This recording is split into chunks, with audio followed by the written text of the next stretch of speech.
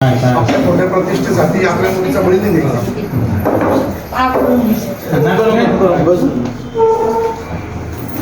बळजबरी तिच्या मनाविरुद्ध नव्हतं जायचं.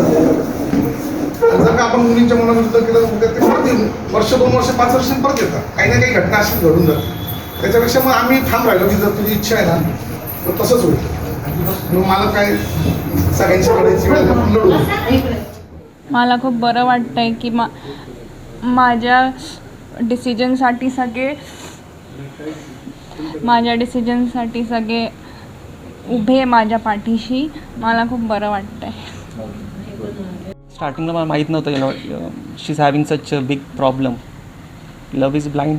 So I know her since 2009 when I saw her in school. तो मुझे पता भी नहीं इतना कुछ प्रॉब्लम है. मुझे 6-7 महीने तक मालूम नहीं पड़ा. बट एक बार फीलिंग्स आने के बाद अगर मुझे मालूम पड़ता अरे रिलीजन अलग है या फिज़िकली प्रॉब्लम है तो गलत होता. मुझे कुछ पता नहीं था.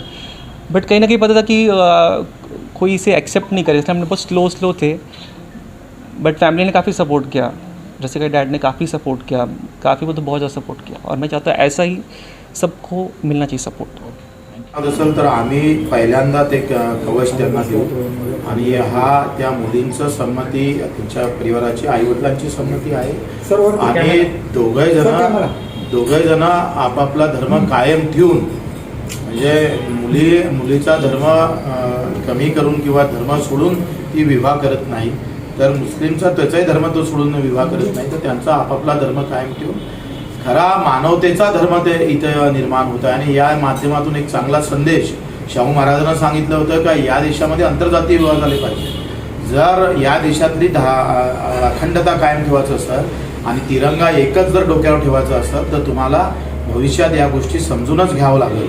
आणि जेपर्यंत हे समजून घेणार नाही तेपर्यंत या देशातली जातीयता धार्मिकता कमी होणार नाही. माझी मुलगी रसिका ही आता 28 वर्षाची आहे. तिच्यासाठी आम्ही स्थळं शोधत होतो. समाजामध्ये आम्ही स्थळं बघितले पण तिच्या थोडंसं पायाला अपंगत्व असल्यामुळे समाजाच्या मुलांनी ते स्वीकार नाही केलं आणि आम्ही पण कोणाला काही फोर्स केला नाही. मग आसिफ खान जो आमचा नाशिकचाच आहे आणि तिला आसिफ खानने तिला शिकवलेलं आहे. तिला ग्रॅज्युएटपर्यंत त्यांनी नेलेलं आहे आणि त्या दोघांचं प्रेम झालं. त्यांची अटॅचमेंट होती. त्यांनी मला प्रस्ताव मांडला. त्याच्यानंतर प्रस्ताव मांडल्यानंतर आम्ही सगळा भरपूर विचार केला. ह्या गोष्टीला जवळजवळ आता 8 ते 10 वर्ष झाले. आम्ही ह्या एका डिसिजनसाठी जर मला 10 वर्ष लागले असेल तर तुम्ही विचार करा की आमच्या घरामध्ये आणि ह्या सगळ्या परिस्थितीमधून आम्ही 10 वर्ष कशी काढली असती. आणि जेव्हा आम्हाला हे सगळं समजल्यानंतर आम्ही त्या गोष्टीला मान्यता दिली. त्यांच्या घरचे लोक आले. रीतिरिवाजाप्रमाणे मुलीला पाहून गेले.